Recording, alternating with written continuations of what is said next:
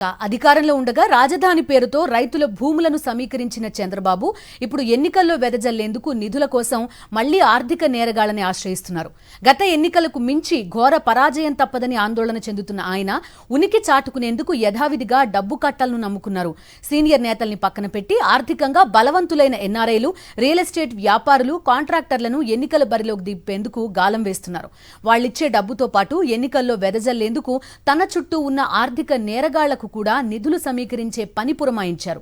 అధిక వడ్డీలు ఆశ చూపి సామాన్యుల నుంచి డబ్బులు సమీకరించడం, బ్యాంకులను బురిడి కొట్టించడం, లేని కంపెనీలను సృష్టించి మరీ రుణాలు తెచ్చి ఎగవేయడం వంటి కళల్లో సిద్ధహస్తులైన బాబు ముఠా మళ్లీ ఆ పనిలో పడ్డారు. దీనిలో భాగంగా అధిక వడ్డీల ఎరవేసి అప్పుల రూపంలో డబ్బులు సేకరించే బాధ్యత తన బినామీ అయిన మాజీ మంత్రి నారాయణకు అప్పగించారు. ఏపీలో 2014-19 మధ్య అధికారంలోకి వచ్చినప్పుడు ప్రభుత్వ సహజ వనరులను, వ్యవస్థలను వీళ్లకు అప్పగించేశారు. అంతా అందిన కాడికి దోచుకున్నారు. ఇది చాలదన్నట్టు అధికారం అడ్డం పెట్టుకుని వీరు బ్యాంకుల్ని కూడా అధికారికంగా దోచుకున్నారు. వివిధ బ్యాంకుల నుంచి 10,000 కోట్ల రుణాలను తీసుకుని ఎగ్గొట్టిన కేసులో సుజనా చౌదరిపై 2018-19లో ఎన్ఫోర్స్మెంట్ డైరెక్టరేట్ విచారణ చేపట్టింది. గత ఎన్నికల ఫలితాలు వెలువడగానే టీడీపీని వీడి బీజేపీ పంచన చేరిన సుజనా ఇప్పటికీ యథేచ్ఛగా ఆర్థిక అక్రమాలు సాగిస్తూనే ఉన్నారని, చంద్రబాబుకు ఇంధనం చేకూర్చుతున్నారని టీడీపీ సీనియర్ నాయకుడొకరు వ్యాఖ్యానించారు. ప్రత్యూష కంపెనీ పేరుతో మాజీ మంత్రి గంటా శ్రీనివాసరావు వివిధ బ్యాంకుల నుంచి 141 కోట్ల రుణం తీసుకోగా వడ్డీతో కలిపి 203.62 కోట్లకు చేరింది. వాటిని చెల్లించకుండా మొండికేస్తున్న గంటా మరిన్ని ఆర్థిక సంస్థలను కొల్లగొడుతూ టీడీపీకి ఎన్నికల వ్యయం భారీ ఎత్తున సమకూరుస్తున్నారని సమాచారం. 2019 ఎన్నికల ఫలితాలు వెలువడ్డాక కేసుల నుంచి తప్పించుకునేందుకు సుజనాతో పాటు తనకు అత్యంత సన్నిహితుడైన సీఎం రమేష్ ను కూడా బీజేపీ గూటికి చేర్చారు చంద్రబాబు. ఆయన బీజేపీలో ఉంటున్నా తరిస్తున్నది మాత్రం చంద్రబాబు సేవలోనే. 2014-19 మధ్య అధికారంలో ఉన్నప్పుడు సాగునీటి ప్రాజెక్టుల్లో వేల కోట్ల విలువైన పనులను సీఎం రమేష్ సంస్థకు కట్టబెట్టిన చంద్రబాబు కమిషన్లు వసూలు చేసుకున్నారు. రిత్విక్ ప్రాజెక్ట్స్ తో పాటు సీఎం రమేష్ కు సన్నిహితంగా ఉండే కాంట్రాక్ట్ సంస్థల ద్వారా బ్యాంకుల నుంచి భారీగా రుణాలు సేకరిస్తూ టీడీపీకి ఇంధనం సమకూరుస్తున్నట్టు ఆ పార్టీ వర్గాలే చెప్తున్నాయి.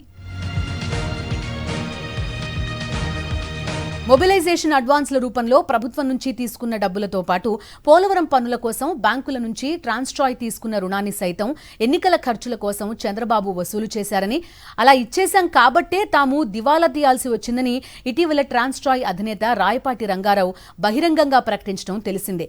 చంద్రబాబు కమిషన్ల కక్కుర్తితో పోలవరం ప్రాజెక్టుతో పాటు తాము కూడా నాశనమయ్యామని ఆయన స్పష్టంగా చెప్పారు. 2014 వరకు చంద్రబాబు ఆర్థిక వ్యవహారాలను పర్యవేక్షిస్తూ బినామీగా వ్యవహరించిన నారాయణ అధిక వడ్డీల ఆశ చూపిస్తూ భారీ ఎత్తున రుణాలను సేకరించి చంద్రబాబుకు అందిస్తుంటారు. టీడీపీ హయాంలో నారాయణకు అత్యంత కీలకమైన పురపాలక, పట్టణాభివృద్ధి శాఖను కేటాయించిన చంద్రబాబు ఆయనతో కలిసి అమరావతి భూ కుంభకోణంలో భారీ ఎత్తున దోచేశారు. అయితే ఎన్నికలు ముగిశాక అధిక మొత్తంలో అప్పులిచ్చిన ఇద్దరు బడా వ్యాపారులు, మార్వాడీలకు నారాయణ టోపీ పెట్టారనే చర్చ నెల్లూరులో భారీ ఎత్తున సాగింది. ఇప్పుడు కూడా నారాయణ తనకు అలవాటైన రీతిలో అధిక వడ్డీలు ఎరవేసి వ్యాపారులు, మార్వాడీలు ప్రజల నుంచి పెద్ద ఎత్తున రుణాలు సేకరిస్తున్నారు. నెల్లూరులోని నారాయణ వైద్య కళాశాలలో వారం క్రితం 4 కౌంటర్లు తెరిచి 100కి ₹5 వడ్డీ ఆశ చూపించి, అంటే ఏడాదికి 60% వ్యాపారులు, మార్వాడీల నుంచి దాదాపు 650 కోట్లు సమీకరించారని సమాచారం.